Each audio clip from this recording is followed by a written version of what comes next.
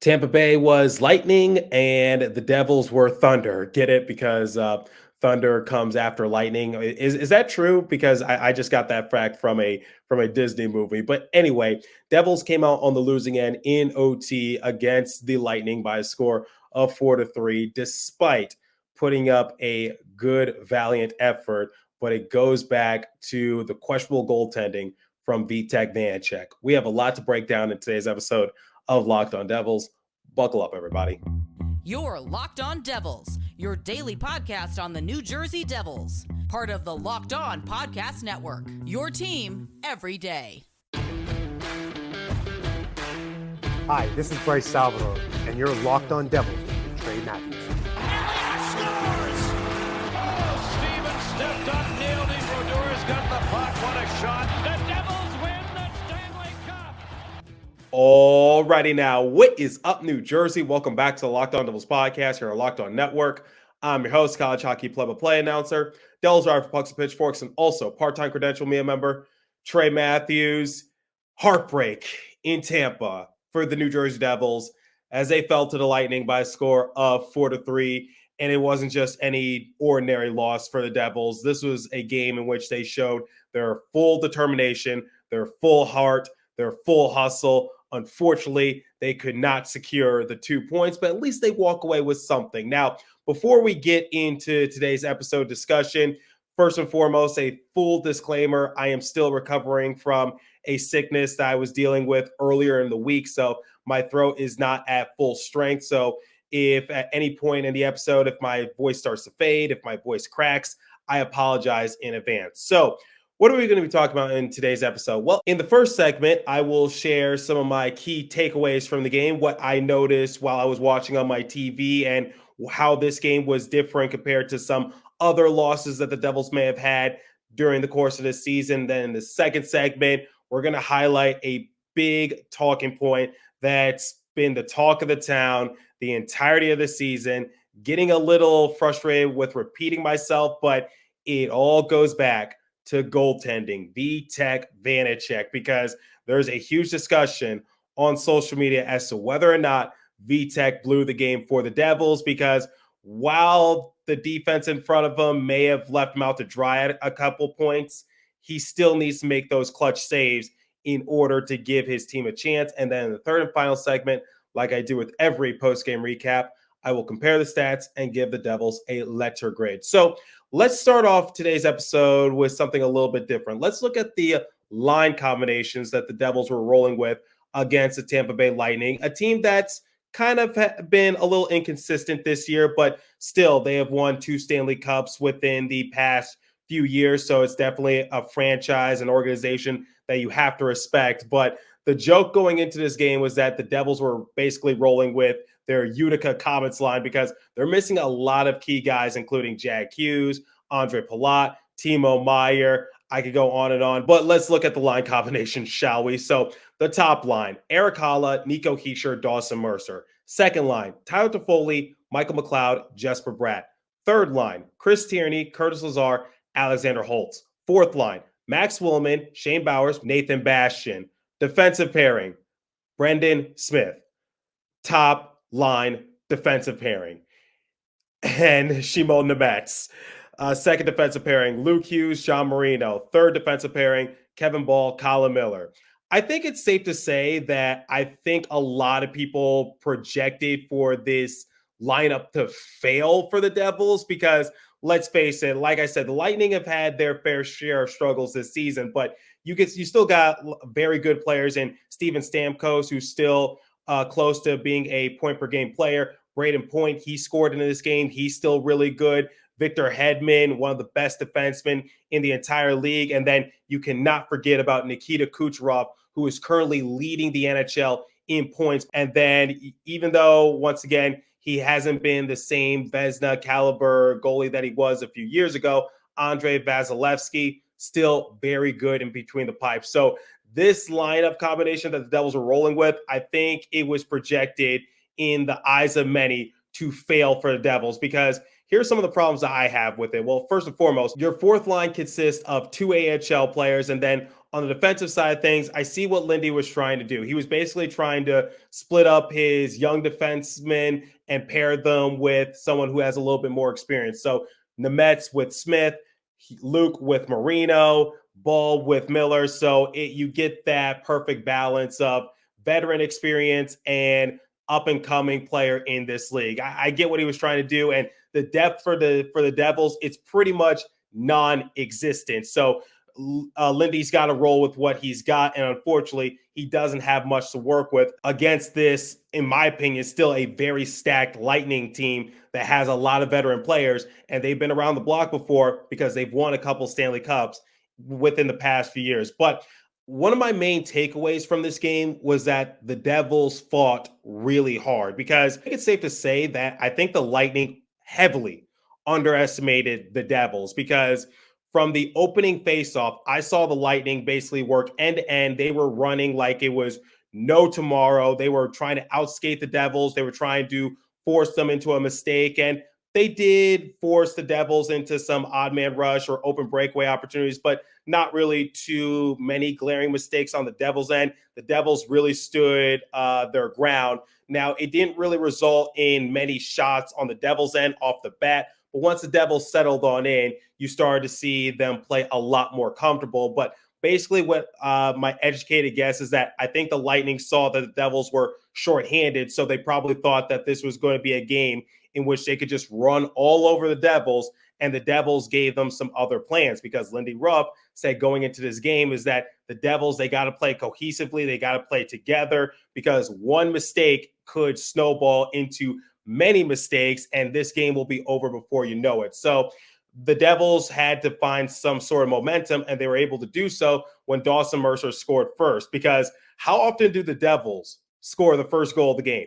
Not too often. So that was definitely a big confidence shaker for Devils, because like I said, early on in the game, they were being outskated by the Lightning, didn't come back to bite them. Devils were looking for their opportunities, but once they were able to get their opportunities point blank on Vasilevsky, you just saw that the Devils had more pep in their step. And then the Devils go down 3-1, and we'll talk more about this in the second segment as to how they put themselves into that situation. But they're in a 3-1 deficit. They got to try to climb out of it. And they were able to do so by scoring 2 unanswered goals.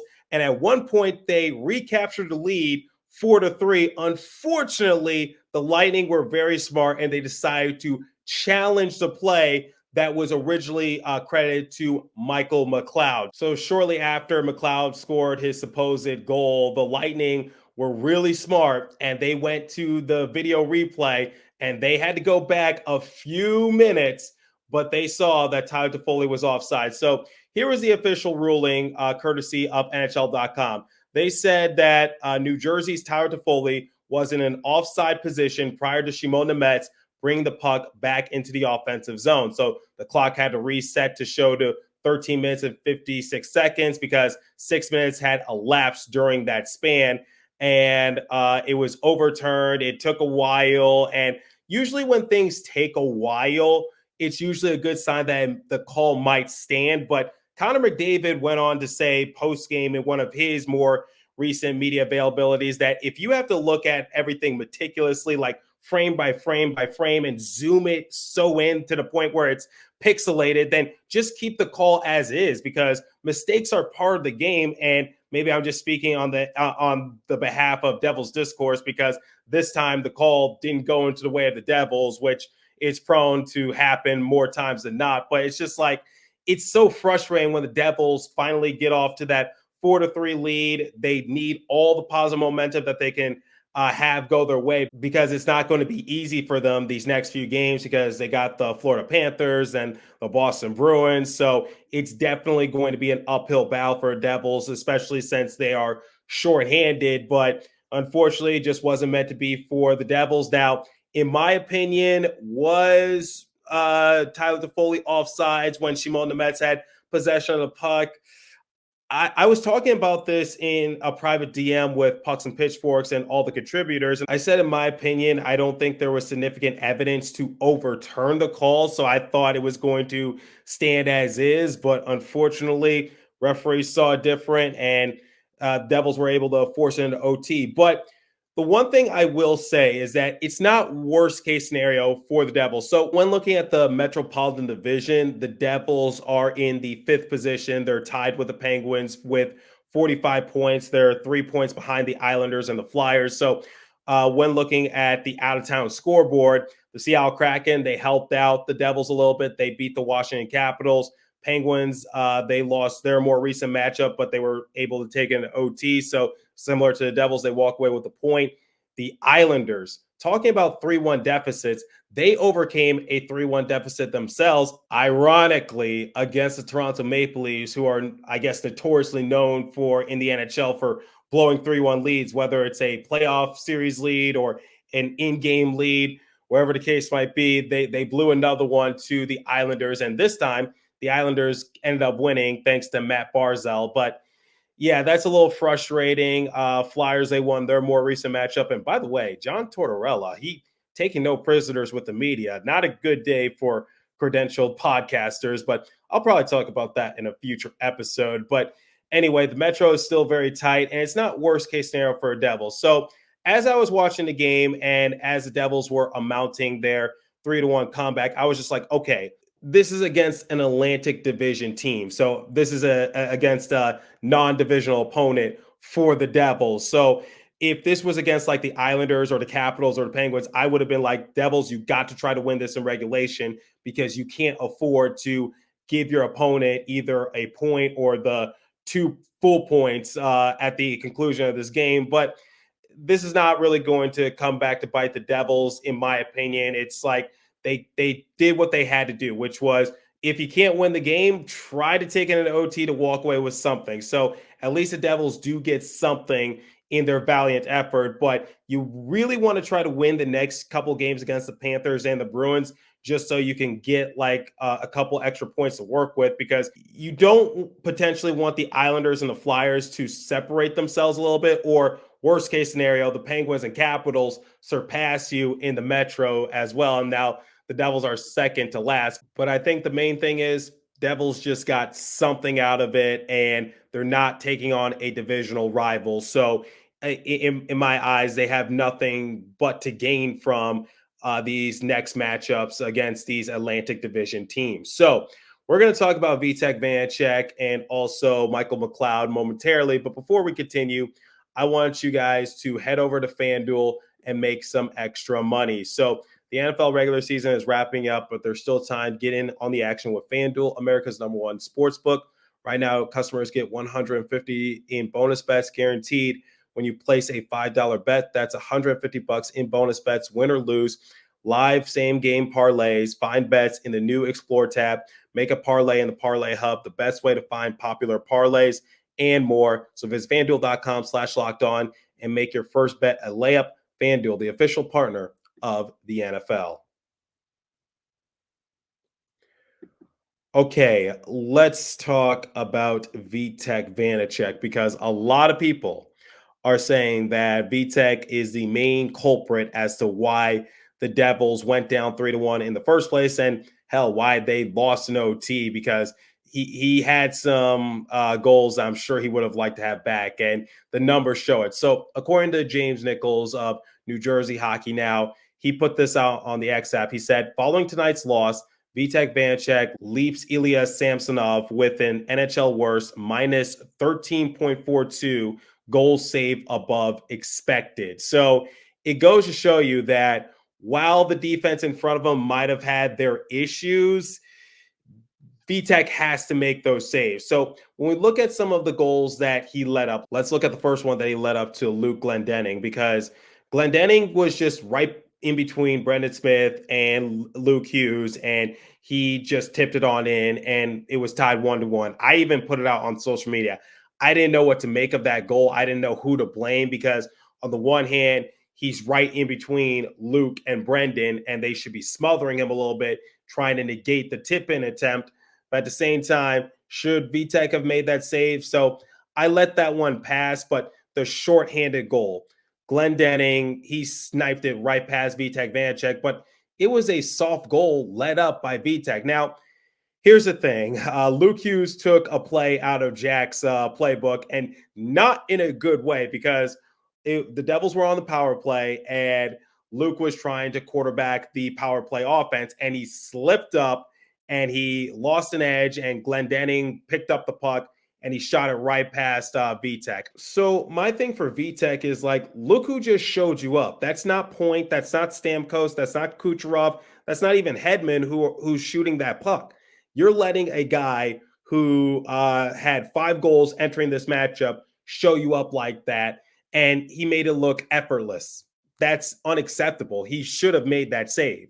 So yes, Luke Hughes, he lost an edge, and I hope Lindy Ruff chewed him out on the bench, because after that, Shimon Nemets was quarterbacking the power play for the Devils, because obviously Luke Hughes had to be punished somehow, some way. But yeah, I mean, going back to Vitek, you got to make that save. I know Luke didn't really do you any favors, but if you want to be a good goalie, let's just look at what Vitek did last year. He makes that save, and the Devils are still tied, and they still have some decent momentum on their end. And now, second period, Devils just had a lapse defensively. They allowed Braden Point to be all alone in the slot, and he set up shop easily. So not really going to put that on Vitek, but that overtime goal in which Radish scored, Vitek has to make that save, because I looked at that goal like 3 or 4 times. I looked at it in real time. I looked at it in fast motion, slow motion.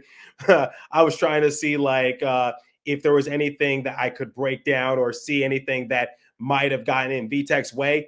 It was just him and Radish, and he let the puck go right past him. And I think the numbers show it.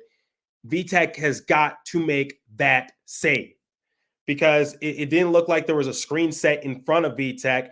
It was just him and Radish, and he missed the puck. So the one thing I could say about Vitek is that he definitely wears his emotions on his sleeve, but it's the same discussion I've been having the last few episodes whenever I bring up Vitek's name, which is when Vitek makes one mistake, it seems to snowball effect. And it's been quite evident this season and during the course of the playoffs. Like, Vitek just cannot get to where he was at least first half last year.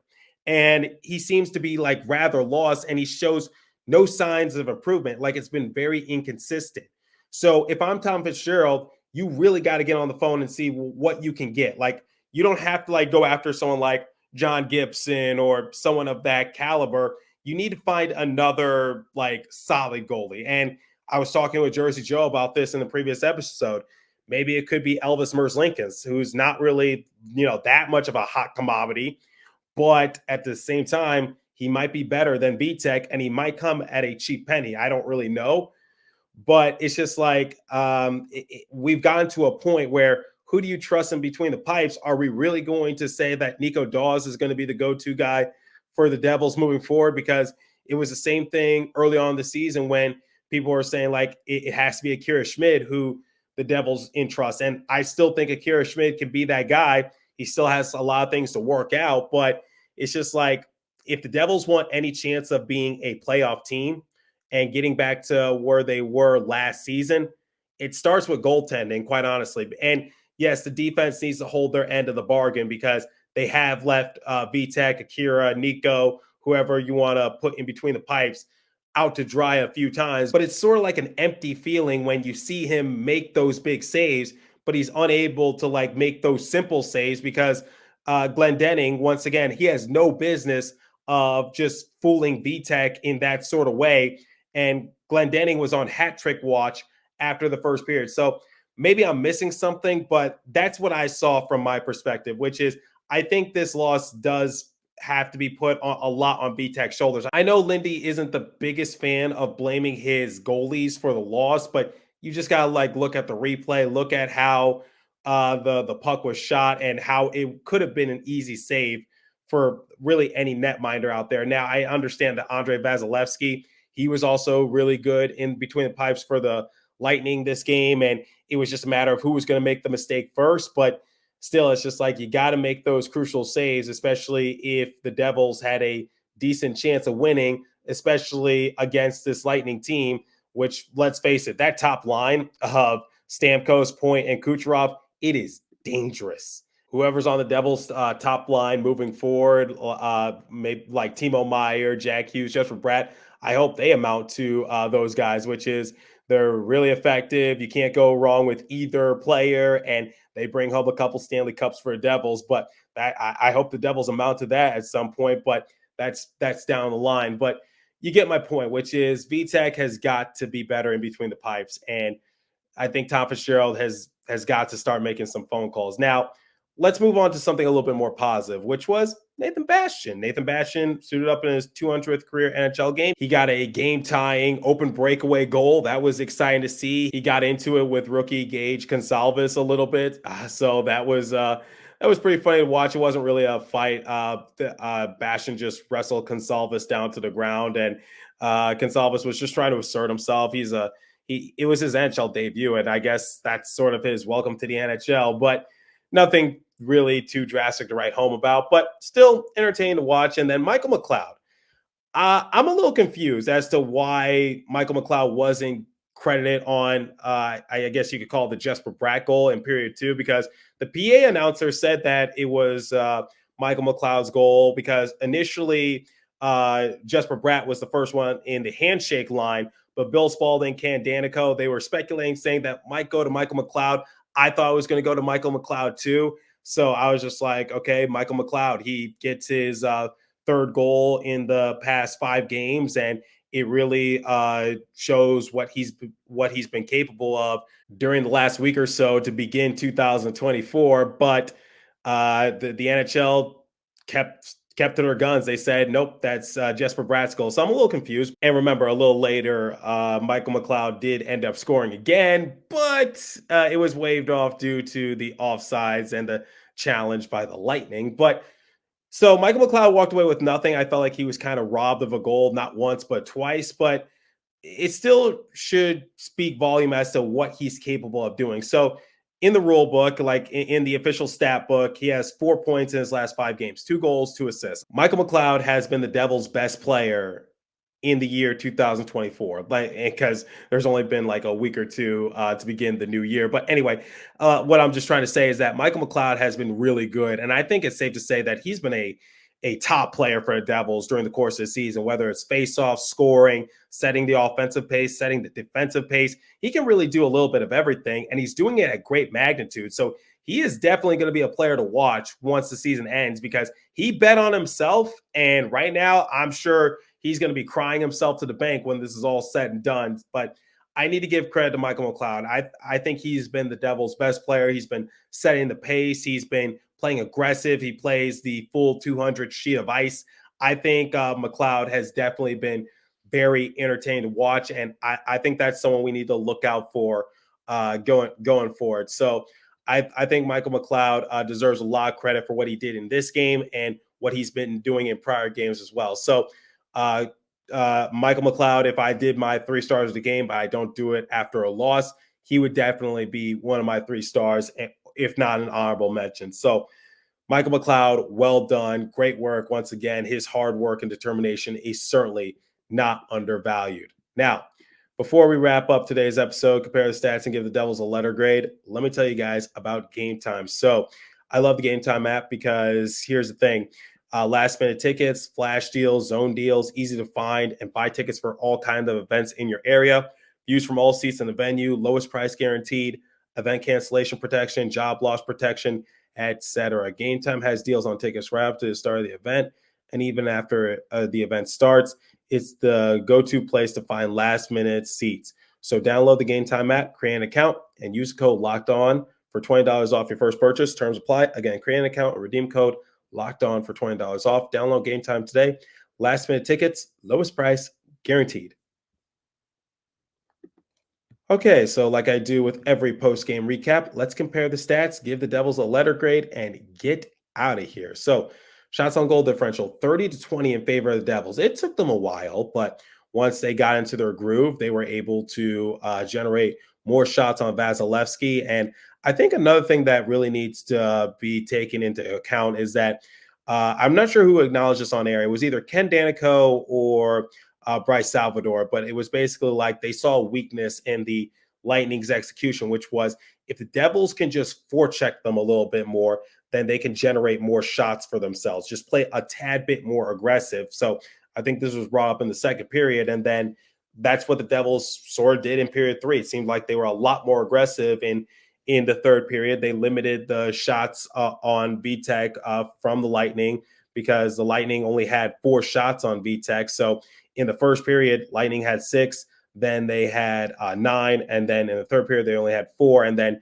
in OT, they had 1 shot on Vitek, and that was the game-winning goal. But you just saw the improvement in the game plan execution for the Devils. And once they found that weakness from the Lightning, it seemed like they were the more dominant team. Unfortunately, they're not the one walking away with the 2 points, but still, that just goes to show you what a difference can make if you just make one adjustment. And that's exactly what the Devils did against Tampa Bay. So face-off percentage, 51.1% to the Devils, 48.9% for the Lightning. Power play percentage, Devils were 0 for 1, gave up a shorthanded goal. Lightning were 0 for 3 in their power play, but once again, Glendening got a shorthanded goal. Hits 26-21 in favor of the Lightning. Block shots 15-7 in favor of the Lightning. Giveaways 5-1 in favor of the Lightning. Takeaways 12-3 in favor of the Lightning. So if I had to give the Devils a letter grade, I'm going to give them a B- because I still think they played really well. They gave up too many goals for my liking, and Vitek has to be a little bit better, and they did end up losing the game, but at least they walked away with a point. They still helped their case in the Metro just a little bit. They didn't slip, but they didn't gain anything either. But I think in these next games against the Panthers and the Bruins, obviously you would like to try to get the 2 points, but if they take an OT and they walk away with 2 points and their opponent walks away with 1 point, no harm, no foul, because these are not divisional rivals. So it doesn't really help the Metro in that sort of way if the Devils surrender a point. But that's just the direction I'm just trying to take it. And I think the Devils did what they had to do, which was walk away with something. You don't want to walk away with nothing, especially when you overcame a 3-1 deficit, could have had the lead, didn't go your way, and you played your tail off. I think they got what they deserved, which was get at least a point. So I'm okay with it, but going forward, try to get more. So these points do end up at the end of the year. So that's what the Devils should be trying to do, play hard and see what happens. So let me know what you guys think in the comment section. What did you think about this game? What did you think of the overall execution? What did you think of Vitek Vanecek? And once again, I apologize for the weakness in my voice, not still recovering from my sickness, but show must go on. So I thank you guys for sticking by me. So as for today's episode, that's what time I have for you. So continue to stay safe. Have a wonderful day, New Jersey. Go Devils. I'll catch you guys in the next episode. Thanks for listening once again.